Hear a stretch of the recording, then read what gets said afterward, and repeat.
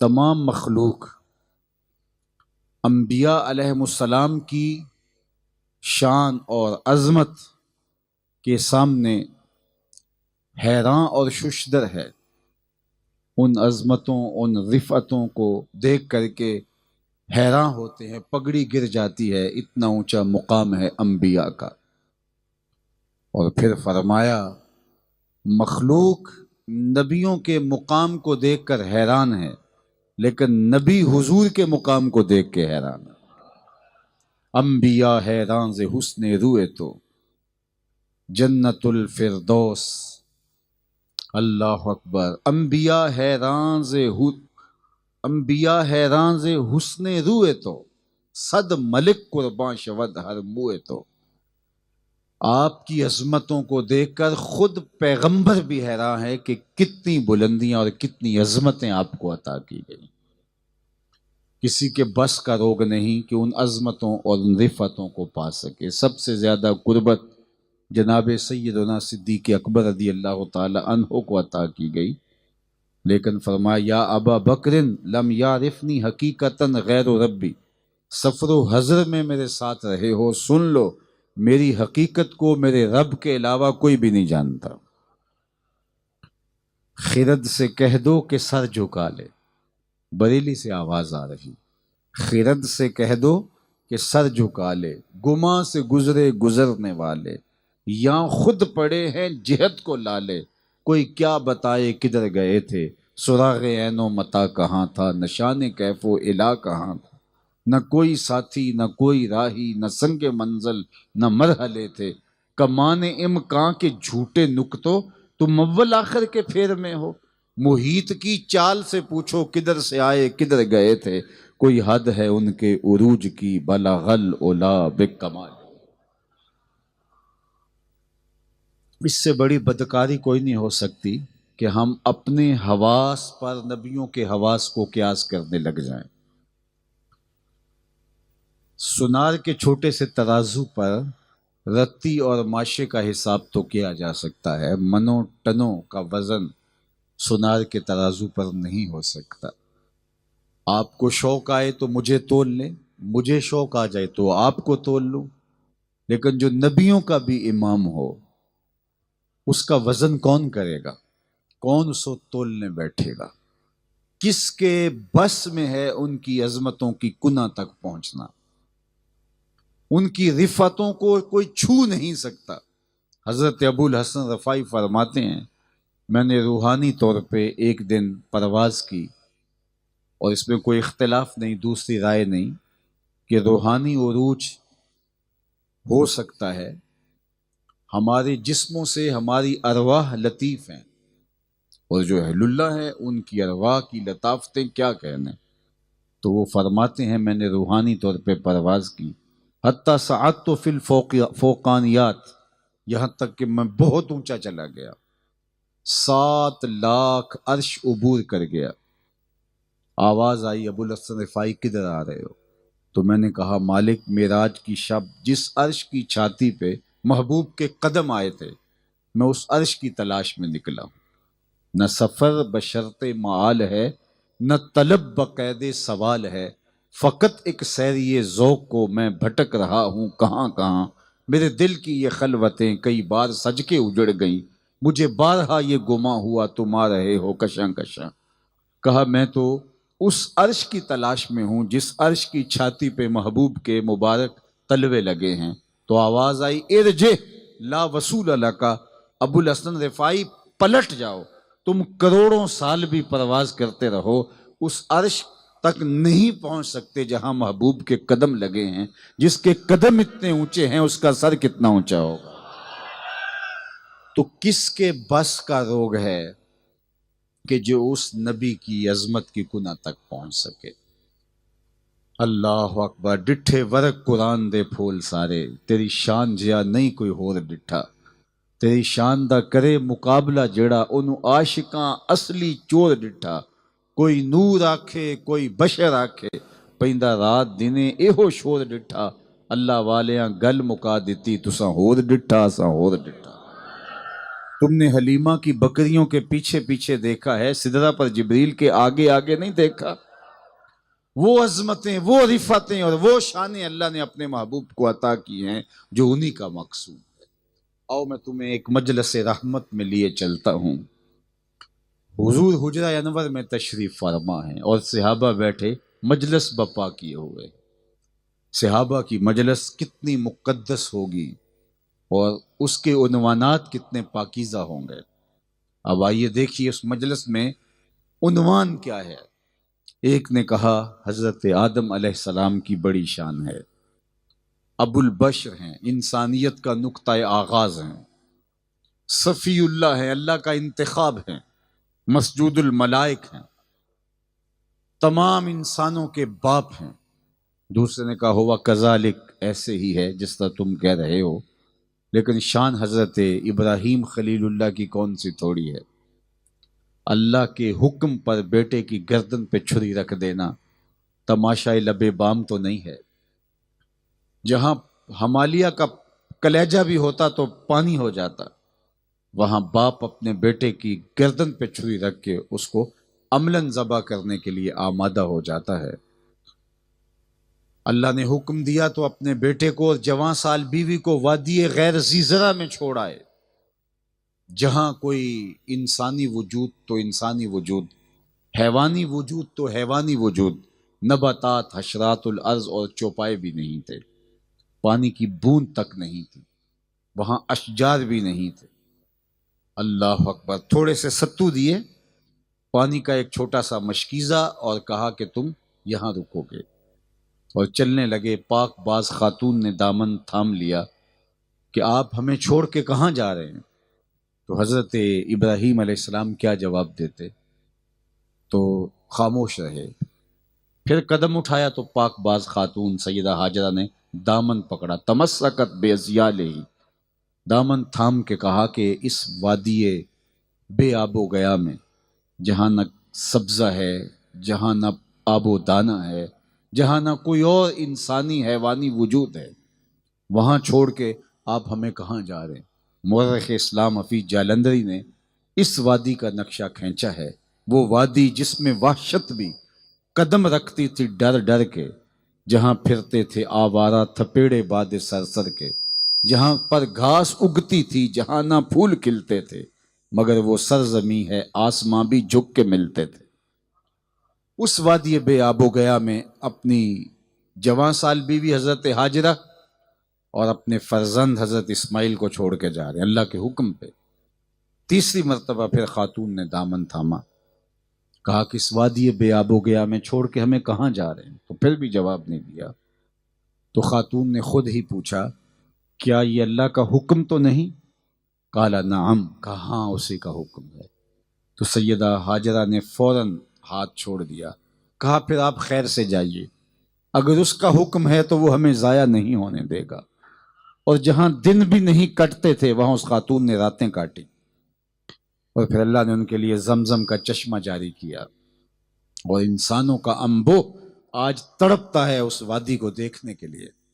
آج دل تڑپتے ہیں، بے چینیاں، اضطراب، التہاب اور پیچ و تاب اس شہر نور میں جانے کے لیے، لیکن اس وقت بے آب و گیا وادی میں اللہ کے حکم پہ اپنے فرزند کو اور اپنی اہلیہ کو چھوڑا، بے خطر نار نمرود میں چھلانگ لگا دی۔ یار بڑی شان حضرت ابراہیم کی، اللہ نے خلت کا تاج پہنایا، خلیل قرار دیا۔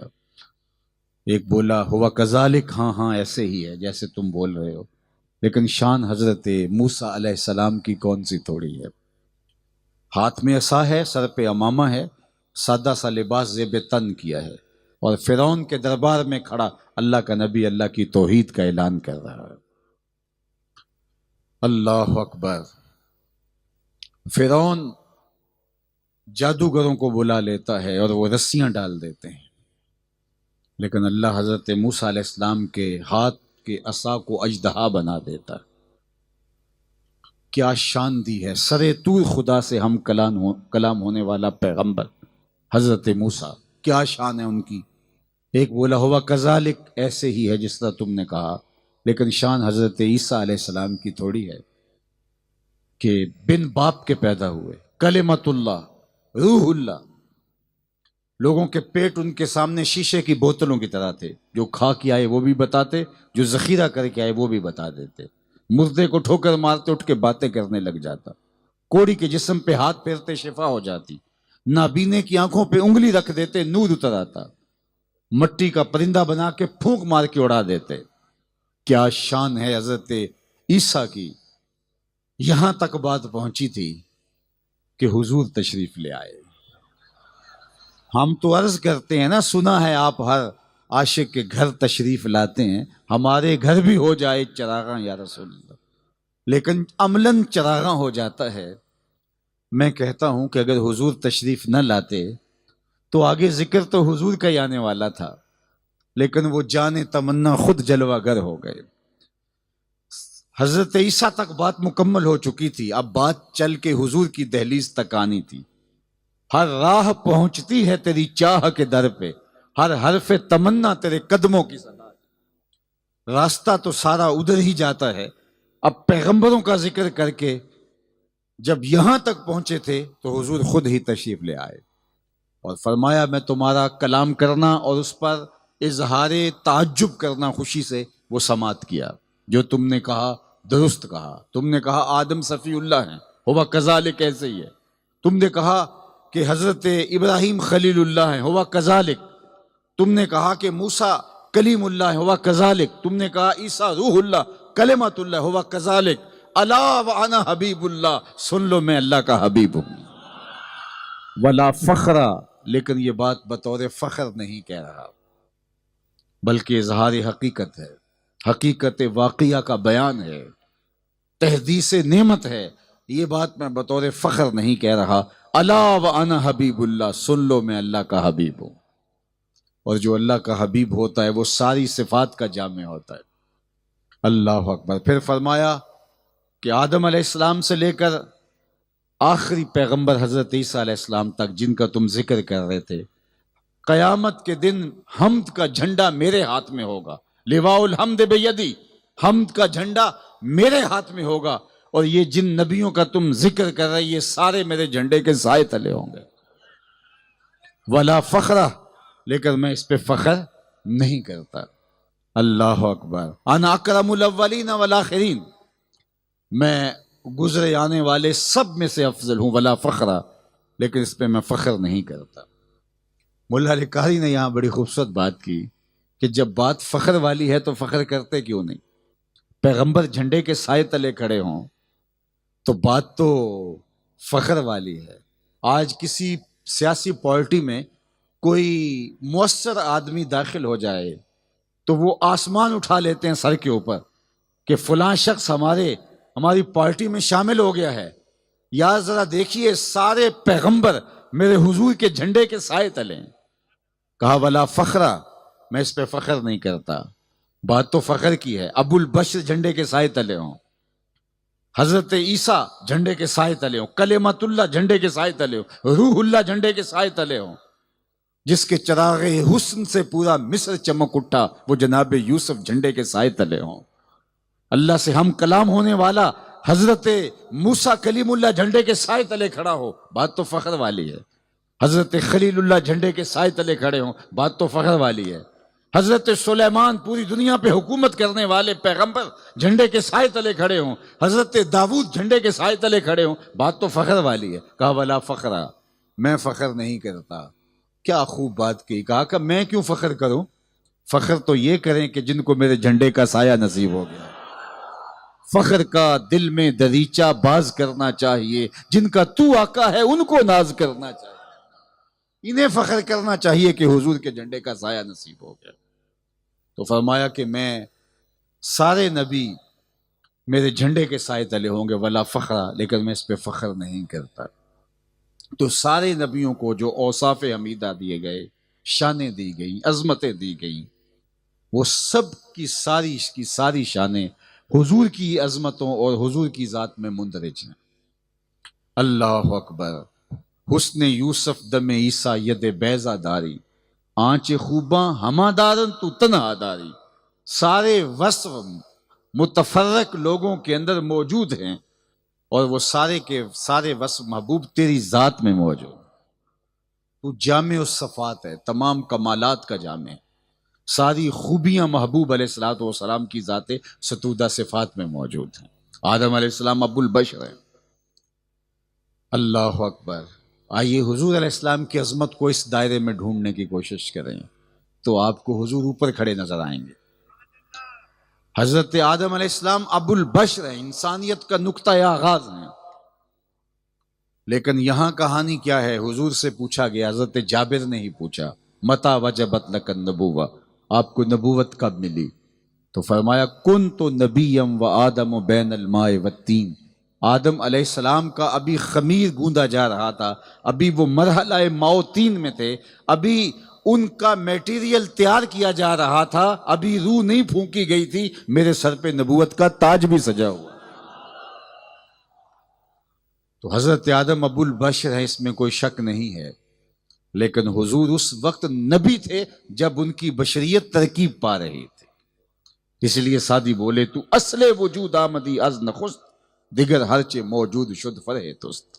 محبوب اگرچہ تم آپ آخر میں آئے ہو، لیکن کائنات کی اصل آپ ہی ہیں، تعین اول آپ ہیں، تشخص اول آپ ہیں، کائنات کا پہلا وجود حضور علیہ الصلوۃ والسلام کا پاکیزہ نور ہے۔ اللہ اکبر۔ سارے نور اسے دے نوروں، اس دا نور حضوروں، اونوں تاج عرش تو ملیا موسیٰ نو کو توروں۔ اور میاں صاحب نے ایک اور بڑی خوبصورت بات کہی، نور نبی دا اس ویلے دا آدم اجے نہ ہویا، نور نبی دا اس ویلے دا کنت نبیم و آدم بین الماء والتین۔ اللہ اکبر۔ فرمایا اول ما خلق اللہ نوری، اللہ نے سب سے پہلے میرے نور کی تخلیق فرمائی۔ اب سنو ذرا اس کی تشریح، نور نبی دا اس ویلے دا آدم اجے نہ ہویا، اول آخر دوویں پاسے اوہو مل کھلویا، اول بھی وہی ہیں آخر بھی وہی، نگاہ عشق و مستی میں وہی اول وہی آخر، وہی قرآن وہی فرقان وہی یاسین وہی طٰہٰ، خلقت میں اول ہیں بعثت میں آخر ہیں، تو اول بھی انہی کا ہے آخر بھی انہی کا ہے، یہ شان ان کو عطا کی گئی۔ حضرت قاضی ثناء اللہ پانی پتی علیہ رحمت تفسیر مظہری میں لکھتے ہیں کہ حضرت آدم علیہ السلام عالم قرار پائے فرشتوں سے، اور پھر اللہ تعالیٰ جل شانہ نے جو کہا تھا کہ میں اپنی خلافت دینا چاہتا ہوں، تو پھر فرشتوں سے کہا کہ میرے شاہکار کو سجدہ کرو، تو فرمایا کہ جو آدم کو سجدہ ہوا تھا کانا فی جبہتہ ہی نور محمد صلی اللہ علیہ وآلہ وسلم کا، آدم کی پیشانی میں محمد عربی کا نور چمک رہا تھا، یہ سجدہ اس نور کو ہوا تھا۔ باقی رہی آدم علیہ السلام کی یہ شان کہ وہ عالم ہوئے، انہیں وَعَلَّمَ الْأَسْمَاءَ وَعَلَّمَ آدَمَ الْأَسْمَاءَ كُلَّهَا، ہر چیز کا علم سکھا دیا گیا، ہر چیز کے نام بتا دیے گئے، حَتَّى الْكَسَّ وَالْكُسَيْعَ۔ امام راضی نے لکھا یہ بھی بتا دیا گیا یہ پیالہ ہے، یہ بھی بتا دیا گیا یہ پیالی ہے، صفاتھا ونعوتھا، چیزوں کے وصف بھی بتائے گئے، میٹیریل بھی بتایا گیا، 70,000 زبانیں بھی سکھائی گئی، اس کو عربی میں یہ کہتے ہیں، ہندی میں یہ کہتے ہیں، سندھی میں یہ کہتے ہیں، قیامت تک آپ کی نسل نے جو جو زبانیں بولنی تھی وہ زبانیں بھی سکھائی دی، کتنا بڑا علم دیا گیا۔ لیکن آؤ حضور علیہ الصلوۃ والسلام کا علم، وَعَلَّمَكَ مَا لَمْ تَكُنْ تَعْلَمْ وَكَانَ فَضْلُ اللَّهِ عَلَيْكَ عَظِيمًا۔ محبوب آپ جو بھی نہیں جانتے تھے وہ سب کچھ آپ کی جھولی میں ڈال دیا، اور صرف ایک حدیث آپ کے سامنے، حضور کے علم جو فائق ہے، حضور کا علم انبیاء سے بھی اور پوری کائنات سے بھی، اس کا ایک رنگ اور اس کی ایک صورت آپ کے سامنے رکھوں، اور یہ صحیحین میں روایت ہے، اللہ کے محبوب نے فرمایا قرب قیامت میں جب دجال آئے گا، ابھی دجال آیا نہیں، ابھی دجالی قوتوں کا ظہور ہوا ہے، دجال ابھی آنے والا ہے، اور 1446 سال بیت گئے ہیں حضور کو ہجرت کیے ہوئے، اور آقا کریم آج سے 1450 سال قبل یہ فرما رہے ہیں تقریباً کہ لوگوں قرب قیامت میں جب دجال آئے گا تو میرے غلام دجال کے مقابلے میں نکلیں گے۔ سنو آپ کو ٹھنڈ پڑ جائے گی، اور میں اگر تقریر یہیں بھی ختم کر دوں تو آپ ناراض اس لیے نہیں ہوں گے کہ آپ کے اندر تک عقیدے کا وہ جمال اور حضور کی محبت کا وہ نور اتر چکا ہوگا اس حدیث کے سننے کے بعد کہ آپ میں کبھی تزلزل پیدا نہیں ہو سکتا۔ اللہ نے اپنے محبوب کو وہ علمی شان عطا فرما رکھی۔ اور میں قرب قیامت میں جب دجال آئے گا تو میرے غلام اس کے مقابلے میں نکلیں گے۔ انی لعارف اسماءہم، میں اپنے ان غلاموں کو نام بنام جانتا ہوں۔ 1450 سال قبل حضور نے فرمایا، ابھی نہ جانے کتنا وقت ہے دجال کے آنے میں، تو کہا ان اپنے تمام غلاموں کو میں نام بنام جانتا ہوں۔ آج 6 لاکھ ہماری پاک فوج کی تعداد ہے، تو ہمارا چیف آف آرمی سٹاف اپنے افسروں کے نام بھی نہیں جانتا ہوگا، لیکن قرب قیامت میں حضور کی فوج کا جو آخری سرا ہے، جو دجال کے مقابلے میں برسر پیکار ہوگا، میرے اور آپ کے آقا مولا نے فرمایا انی لعارف اسماءہم، میں اپنے ان غلاموں کو ناموں سے جانتا ہوں۔ بات ختم نہیں ہوئی، یہ کافی تھا، لیکن فرمایا واسماء آبائہم، ان کے باپوں کے ناموں کو بھی جانتا ہوں۔ کہانی سمٹی نہیں، وَأَلْوَانَ خُيُولِهِمْ، جن سواریوں پہ چڑھ کے جہاد کریں گے میں محمد ان سواریوں کے رنگوں کو بھی جانتا ہوں۔ کون سا غلام، کس کا بیٹا، کس قبیلے کا فرد کس رنگ کی سواری پہ بیٹھ کے جہاد کرے گا، میں صرف جانتا نہیں، انی لعارف، میں پہچانتا ہوں۔ یہ ہے حضور کی شان۔ تو آدم علیہ السلام کو علم سکھائے گئے تھے، وہ وراء الورا شان ہے ان کی، لیکن جو حضور کو شان دی وہ انوکھی اور نرالی شان ہے۔ اللہ اکبر۔ اللہ تعالیٰ نے حضرت موسیٰ کو شان عطا کی، انہوں نے رب سے کلام کیا، یہ چھوٹی شان نہیں ہے۔ اللہ سے سر طور جا کے باتیں کی، اللہ اکبر۔ لیکن حضرت موسیٰ خود چل کے گئے، اللہ نے محبوب کو بلا کر باتیں فرمائی، اللہ اکبر۔ اور پھر حضرت موسیٰ نے تقاضۂ رویت کیا کہ مالک میں تجھے دیکھنا چاہتا ہوں، تو جواب کیا ملا تھا؟ لن ترانی، اے موسیٰ تم مجھے نہیں دیکھ سکتے۔ اللہ اکبر، تمہاری آنکھوں میں وہ تاب نہیں کہ میرے جلووں کو سہار سکو، لن ترانی، تم نہیں دیکھ سکتے۔ اللہ اکبر۔ حضرت موسیٰ کوہ طور پہ خود چل کے جائیں، جاتے ہوئے نالین اتار دیں اور خود تقاضۂ رویت کریں، مالک دیکھنا چاہتا ہوں، تو جواب آئے لن ترانی، تم نہیں دیکھ سکتے۔ اور دوسری جانب ادھر آئیے، محبوب چادر اوڑھ کے ام ہانی کے گھر سوئے ہوئے ہوں اور جبریل آ کے رب کا سندیسہ دے، محبوب آپ سو رہے ہیں، رب آپ کا انتظار کر رہا ہے۔ ان اللہ اشتاق الی لقائک یا رسول اللہ، تبارک اللہ، شان تیری تجھی کو زیبا ہے بے نیازی، کہیں پہ جوش لن ترانی، کہیں تقاضے وصال کہتے۔ کوئی خود چل کے جاتا ہے اور تقاضۂ رویت کرتا ہے، بے تابی کا اظہار کرتا ہے، مالک تجھے دیکھنا چاہتا ہوں، جواب آتا ہے تم نہیں دیکھ سکتے، اور ادھر حکم ہوتا ہے محبوب آؤ میں پردے اٹھا کے تمہیں اپنا دیدار کروانا چاہتا ہوں۔ اللہ اکبر۔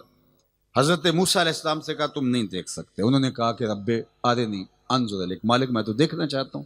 جب یہ کہہ دیا کہ تم نہیں دیکھ سکتے تو پھر بار بار تقاضۂ رویت چے معنی دارد۔ علماء نے کہا کہ اللہ کا کلام سنا ہوا تھا اور اس کی لذت میں مسحور تھے، اور تڑپ تھی جس کے کلام میں اتنا لطف ہے، اس کے دیدار کا مزہ کیا ہوگا۔ تو کہا مالک میں دیکھنا چاہتا ہوں۔ جب تقاضا بڑھا تو کہا اس پہاڑ کو دیکھو، انظر الی الجبل، اس پہاڑ کو دیکھو، اگر یہ اپنی جگہ پہ ٹھہرا رہا تو تم مجھے دیکھ لو، یعنی میں اپنی تجلی اس پہاڑ پہ رکھتا ہوں، اگر پہاڑ سہار گیا اور تم پہاڑ پر میری تجلیات کا ورود اور نزول دیکھ پائے تو پھر ٹھیک ہے، تم میرا دیدار کر پاؤ گے۔ پہاڑ اگر اپنی جگہ پہ اب ٹھہرا رہا، ان استقر مکانہ، اگر اپنی جگہ پہ ٹھہرا رہا، استقرار پذیر رہا، تو پھر تم مجھے دیکھ لو گے۔ اب حضرت موسیٰ علیہ السلام کی توجہ پہاڑ کی جانب گئی۔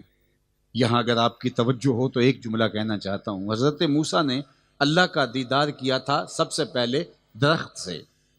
جب آپ پروان چڑھے تو ایک قبطی آپ کے قبیلے کے بنی اسرائیل کے ایک شخص کے ساتھ زیادتی کر رہا تھا، تو حضرت موسیٰ گزرے تو اس نے شکایت کی، تو حضرت موسیٰ نے تھپڑ جڑ دیا، اور جب تھپڑ مارا تو وہیں وہ ڈھیر ہو گیا اور موت واقع ہو گئی۔ اور مصر کے حالات پھر حضرت موسیٰ علیہ السلام کے لیے سازگار نہ رہے. قرآن میں سارا واقعہ موجود ہے. پھر آپ کو مصر چھوڑنا پڑا تھا. آپ چلتے چلتے شہر مدین کی جانب چلے گئے. وہاں لوگ ایک کنویں پہ اپنے جانوروں کو پانی پلا رہے تھے. 2 لڑکیاں تھیں جو پردے میں ملبوس حیا کی پیکر، وہ اپنے جانوروں کو لے کر کے ایک سمت کھڑی تھی. حضرت موسیٰ سمجھ گئے کہ یہ منتظر ہیں کہ مرد ہٹیں اور جگہ بنے اور ہم اپنے پردے کا خیال اور لحاظ رکھتے ہوئے جو ہے وہ اپنے جانوروں کو سیراب کر لیں. تو حضرت موسیٰ نے آگے بڑھ کے ان کے جانوروں کو ہانکا، پانی پلایا، سیراب کیا اور پھر ان کی جانب ہانک دیا. وہ گھر گئیں تو وقت سے پہلے پہنچ گئیں. تو ان کے والد نے پوچھا کہ آپ اتنی جلدی کیسے آ گئی؟ تو کہا ایک صالح پاکیزہ صفت پاک باز نوجوان، اس نے آج ہمارے ساتھ یہ مہربانی کیا ہے کہ ہمارے جانوروں کو اس نے پانی پلا دیا ہے. تو ان کے والد نے کہا کہ جاؤ اس نوجوان کو بلا کے لاؤ. تو ان میں سے ایک لڑکی حیا میں لپٹی ہوئی، پردے میں سمٹی ہوئی پہنچی اور حضرت موسیٰ کو کہا کہ ہمارے باپ آپ کو بلاتے ہیں. حضرت موسیٰ اس خاتون کے ساتھ جب ان کے گھر پہنچے تو وہ گھر تھا حضرت شعیب علیہ السلام کا، اور یہ دونوں صاحبزادیاں تھیں حضرت شعیب علیہ السلام کی. تو حضرت شعیب علیہ السلام نے حضرت موسیٰ کی پیشانی میں چمک دیکھی تو کہا کہ تم اب میرے ساتھ کچھ وقت گزارو، اور پھر اپنی صاحبزادی حضرت صفورہ کا نکاح حضرت موسیٰ سے کر دیا. کچھ عرصے کے بعد مصر کے حالات ٹھیک ہو گئے تو فرمایا کہ تم جاؤ واپس مصر چلے جاؤ، اب حالات وہاں ٹھیک ہیں، اور ارشاد کا کام کرو، اپنی قوم کو نکالو ان کے ظلم اور جبر سے.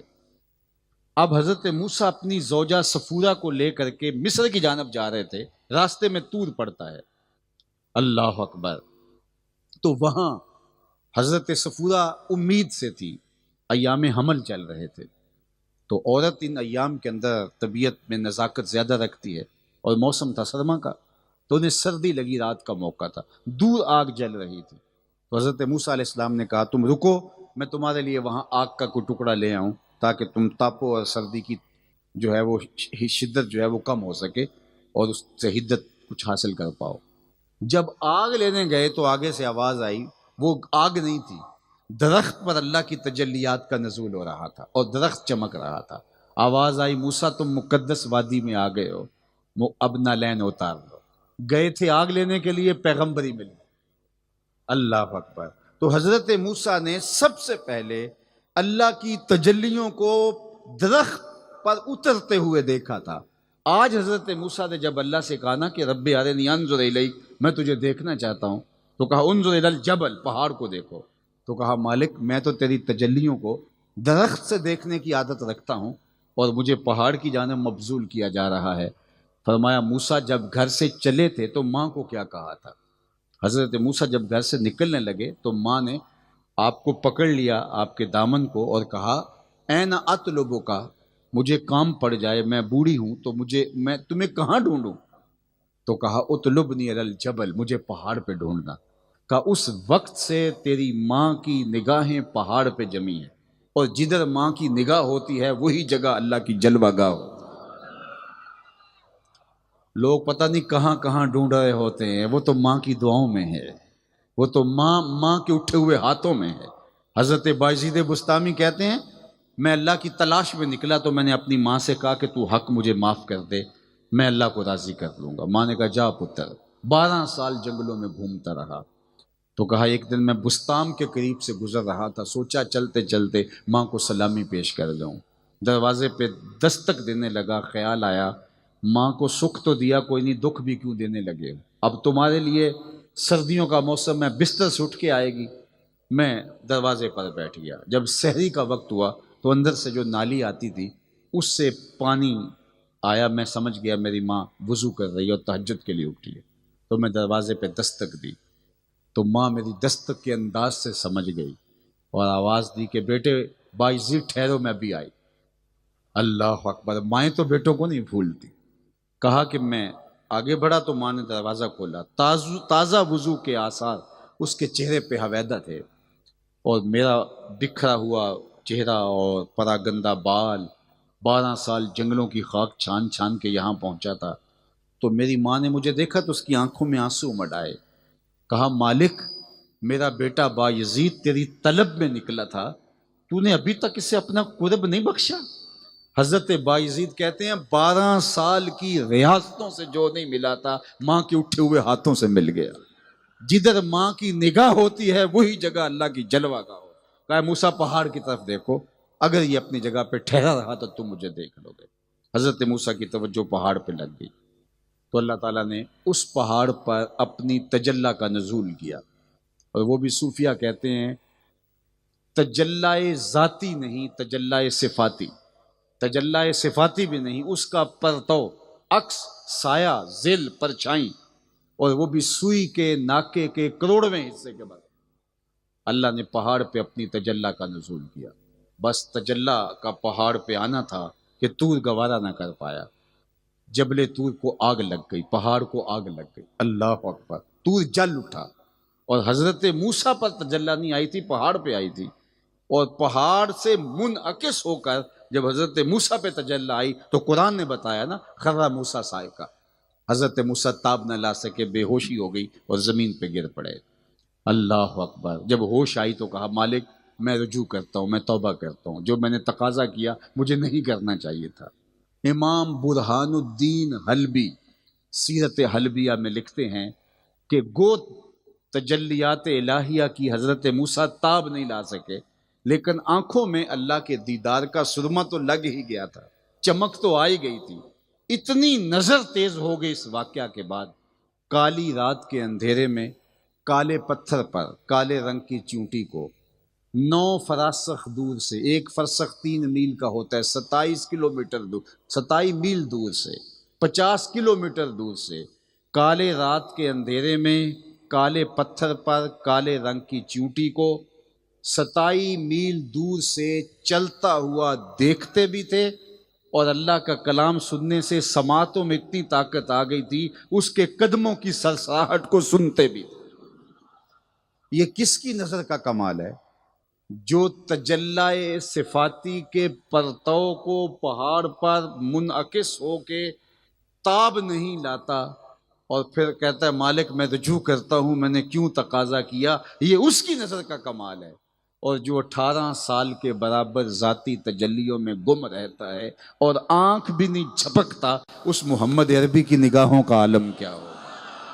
اسی لیے فرمایا انی ارا ما لا ترون واسمع ما لا تسمعون، جو میں دیکھتا ہوں وہ تم نہیں دیکھتے، اور جو میں سنتا ہوں وہ تم نہیں سنتے۔ اللہ اکبر، تجلی ذاتی کا نور حضور نے پایا، اور قرآن نے کہا ما زاغ البصر وما طغی، آنکھ جھپکی بھی نہیں اور حد ادب سے گزری بھی نہیں۔ اللہ اکبر، نہ جھپکتی ہے نہ بہکتی ہے، حد ادب سے بھی نہیں گزرتی اور چندیاتی بھی نہیں ہے۔ اللہ، دنیا میں پہلی بار ہوا، اگر آپ کا ذوق میرا ساتھ دے رہا ہو، یہ دنیا میں پہلی مرتبہ ہوا۔ ہوتا یہ ہے کہ جب کوئی نظارہ دیکھے تو منظر کی تعریف نظر کرتی ہے، نظارہ دیکھنے والا کرتا ہے۔ آپ شمالی علاقہ جات میں جاتے ہیں تو وہاں برف پوش وادیاں، پھوٹتے جھرنے، بہتی ندیاں اور بچھی ہوئی جھیلیں، کوساروں کا منظر اور اگے ہوئے درختوں کا جمال، لٹکتے ہوئے پھل اور شاخوں کے اوپر ہریالیاں، آپ کہتے ہیں کیا منظر تھا یار، کیا منظر تھا۔ اقبال گئے کشمیر میں تو واپس آ کے کہا من خدا را آنجا دیدم بے حجاب، وہاں میں نے اللہ کے جلوے بے نقاب دیکھے ہیں۔ اللہ تو نظر منظر کی تعریف کرتی ہے جب کوئی منظر دیکھے۔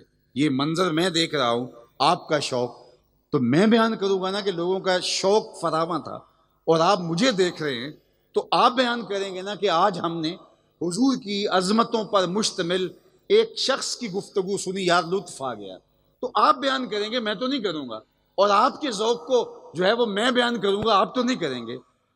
نظر منظر کی تعریف کرتی ہے، شروع سے یہ ضابطہ ہے، لیکن معراج کی شب یہ ضابطہ بدل گیا۔ جب اس نظر نے اس منظر کو دیکھا تو منظر پکار اٹھا ما زاغ البصر وما طغی، واہ واہ کیسی آنکھ ہے، نہ جھپکتی ہے نہ بہکتی ہے، واہ واہ کیسی آنکھ ہے، اللہ اکبر۔ تو پھر کیا اس نگاہ کا عالم ہوگا، اور کیا اس کی شان ہوگی، اور کیا رفعتیں ہوں گی۔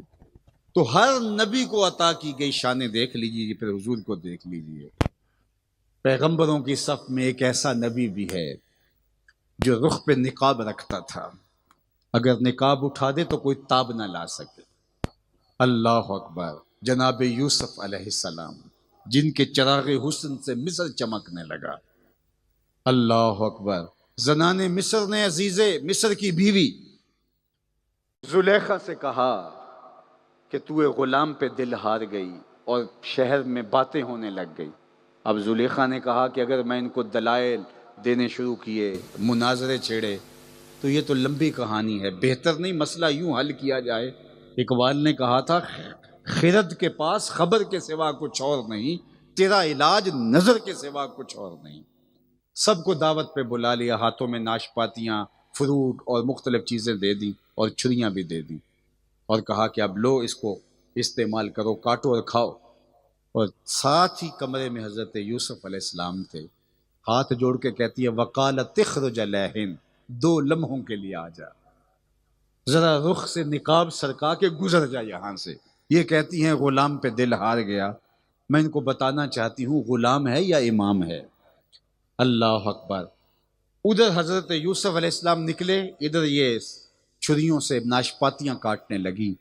جو ہی جمال یوسفی دیکھا تو فقط تانا ایدیہن وقلنا حاشا للہ ما ھذا بشرا ان ھذا الا ملک کریم، کہنے لگی یہ بشر ہے ہی نہیں، یہ تو کوئی مقرب فرشتہ ہے۔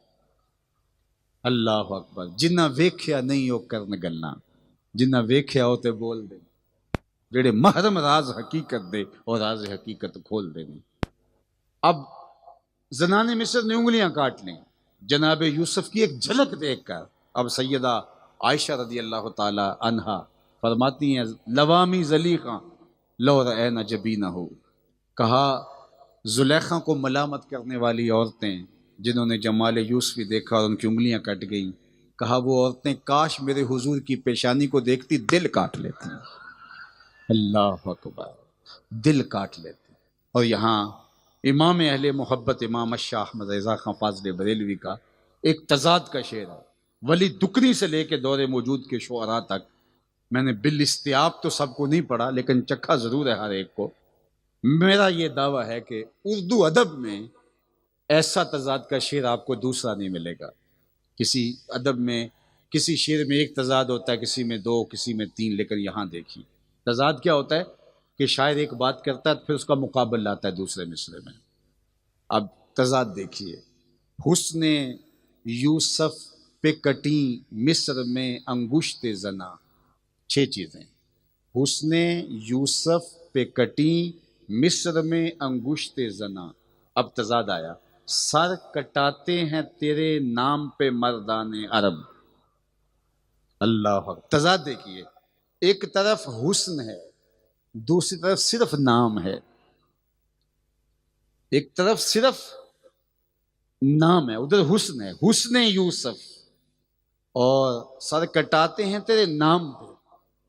ایک طرف حسن ہے، حسن مجسم وجود ہے، دوسری طرف صرف نام ہے۔ ادھر انگلیاں ہیں، ادھر سر ہیں۔ یہ انگلیاں عورتوں کی، وہ سر مردوں کے۔ یہ عورتیں مصر کی، وہ مرد عرب کے۔ وہاں کٹیں خود کاٹی نہیں کٹیں، یہاں کٹاتے ہیں، وہاں ارادہ نہیں پایا جاتا، یہاں ارادہ پایا جا رہا ہے۔ اور وہاں کٹیں ماضی ہے، ایک بار کٹیں، یہاں کٹاتے ہیں، تسلسل باقی ہے، سلسلہ ختم نہیں ہوگا، جاری رہے گا۔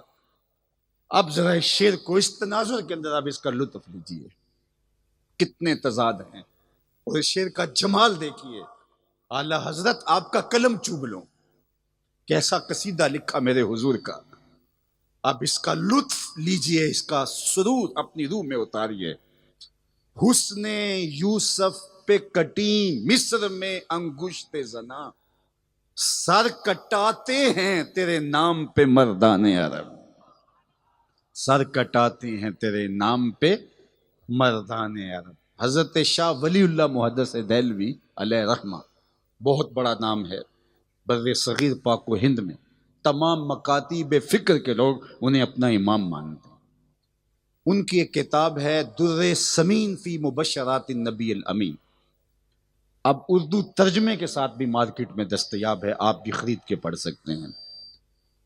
وہ حضرت شاہ ولی اللہ اپنے والد گرامی شاہ عبد الرحیم محدث دہلوی کا ایک واقعہ خواب درج کرتے ہیں کہ میرے والد نے خواب میں حضور علیہ السلام کی زیارت کی، اور یہ بات ذہن میں رکھیں، جس نے حضور کو دیکھا اس نے حضور کو ہی دیکھا۔ شیطان خواب میں آ کر حضور کی مثل ہونے کا دعویٰ نہیں کر سکتا۔ حضور کو دیکھا، شاہ ولی اللہ کہتے ہیں میرے والد نے حضور علیہ السلام کو خواب میں دیکھا، اور جب دیکھا تو کہا کہ حضور آپ نے کہا تھا انا املہ و اخی یوسف اصبح، میں نمکین حسن والا ہوں اور میرے بھائی یوسف کا حسن میٹھا تھا۔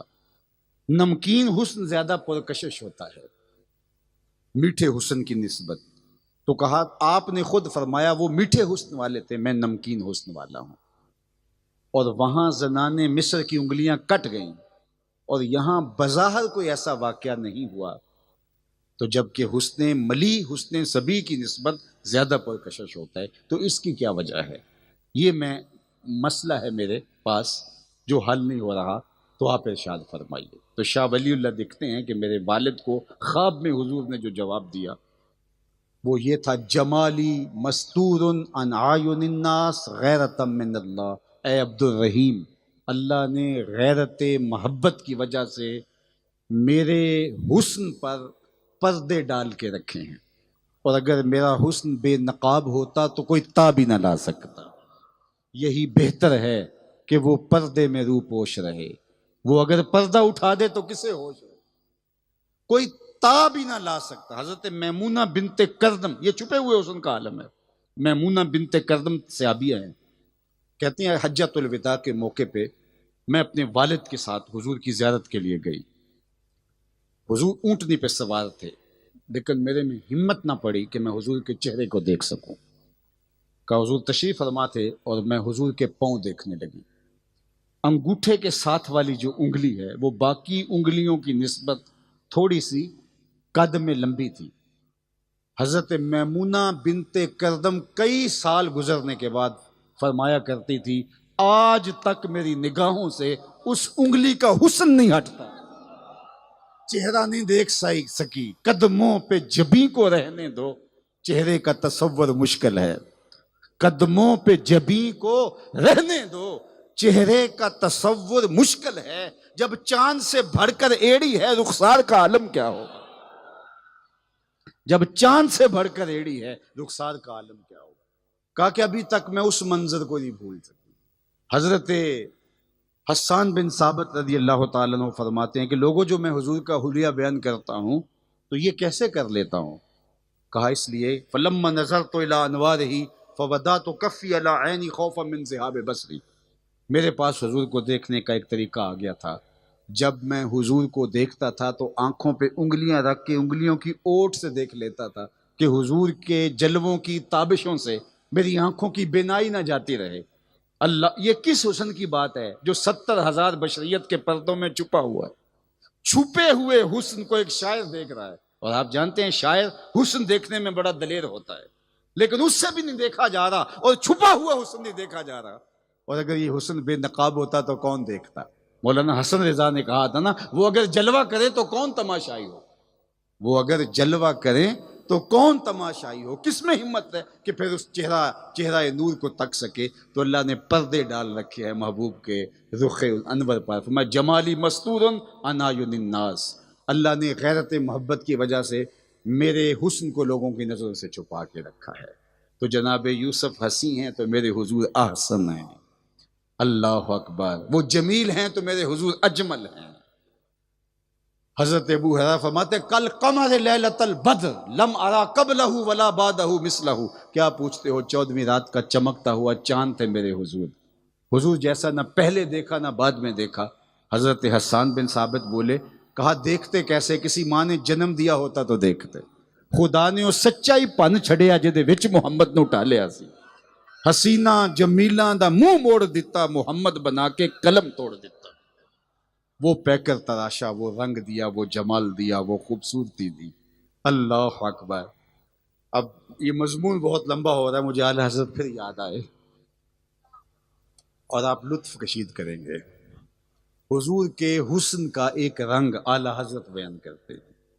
ہر شاعر کا مزاج ہوتا ہے کہ محبوب کی زلفوں کو شب کہے، شب دیجور کہے اور چہرے کو دن کہے۔ حافظ شیرازی کا ایک شعر ہے، بفروغ چہرہ زلفت رہے دل زند ہما شب، چے دلاو رس دزدے کے بشب چراغ دارت۔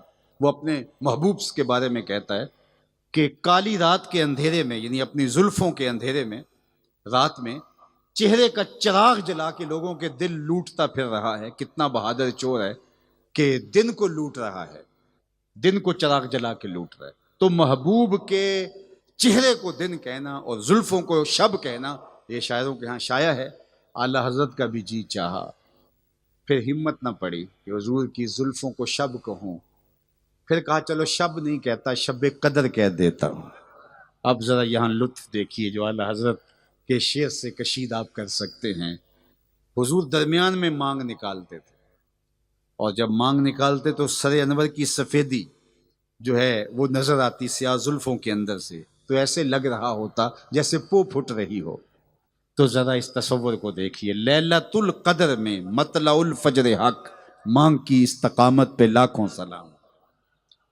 اب بات زلف کی چلی تو اعلی حضرت کا ایک اور اسلوب دیکھ لیجئے۔ حضور کے بال بالکل گنگریالے بھی نہیں تھے اور بالکل سیدھے بھی نہیں تھے، ہلکا خم لیے ہوئے تھے، اور کشادہ پیشانی حضور کی، اللہ اکبر، آئینہ تمثال پیشانی۔